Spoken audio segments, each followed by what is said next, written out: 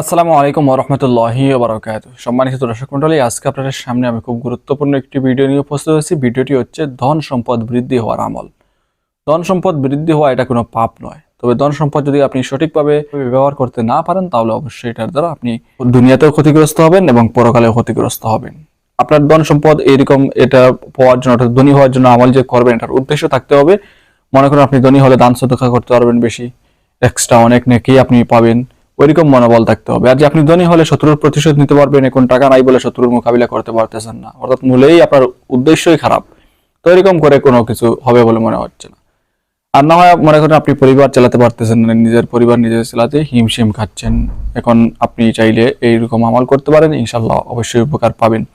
কিন্তু এটা মনে রাখবেন, যারা বেশি ধনী তারাও কিন্তু গরিব। গিয়ে দেখেন তাদের কাছে তারা কত হাহাকার করতেছে, এখানে ফ্ল্যাট আটকা আছে, ওইখানে এরকম করতেছে, সেখানে সেরকম করতেছে, তারপরে সে ব্যাংকে থেকে লোন কিস্তি আর কত কিছু।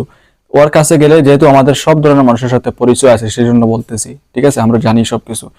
এর চেয়ে সাধারণ মানুষ যে নিত এনে নিত খায় সে অনেক সুখে আছে ওই কোটিপতির চেয়ে, কিন্তু আমরা মনে করি ওরাই তো কত টাকা, শত শত কোটি টাকার মালিক, তারাই অনেক সুখে, আসলে প্রকৃতপক্ষে কোনো অবস্থাতেই না। ঠিক আছে, তো যাই হোক সেটা বিষয় নয়, মানে এটা নয় তো আপনার কোনো কিছু নাই তাইলে আর আমল করে আর ধনী হওয়ার কোনো প্রয়োজন নেই, এরকম না। ওই যে আগেই যে এরকম বলছি, অর্থাৎ সৎ উদ্দেশ্যে আপনি মনে করেন দান করার জন্য বা আপনি মানুষের হেল্প করার জন্য আপনি ধনী হতে চাইতেছেন, ওইরকম উদ্দেশ্য নিয়ে যদি আপনি ধনী হন আর এরকম করেন তাহলে অবশ্যই সেই ধন সম্পদেও সুখ থাকবে।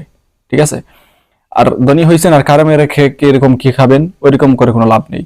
তো যে আমল, যেটা আমল সেটা হচ্ছে, যে আমল আপনারা পাঠ করবেন প্রতিদিন কম হলেও 100 বার এই আমল পাঠ করবেন, আপনাদের আর্থিক সচ্ছলতা ফিরে আসবে। আমলটি হচ্ছে আল্লাহুম্মা জামা বাইনি ওয়া বাইনাল মাল। এটা আপনি 100 বার পাঠ করবেন।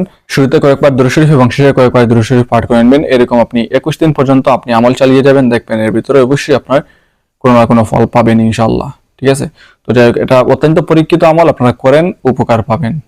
এটা এক প্রকার একটা দোয়া। ঠিক আছে, এই দোয়া পরে আপনি দোয়া পাঠ করেন, ইনশাআল্লাহ আল্লাহ তাআলা আপনার মনের উদ্দেশ্য পূর্ণ করবেন। তো এই আমল আপনারা যে কোনো দিন থেকে শুরু করতে পারবেন, কোনো সমস্যা নেই। 100 বার পাঠ করবেন এই আমল। তো যাই হোক, সবাই ভালো থাকুন, সুস্থ থাকুন। আসসালামু আলাইকুম ওয়া রাহমাতুল্লাহি ওয়া বারাকাতুহু।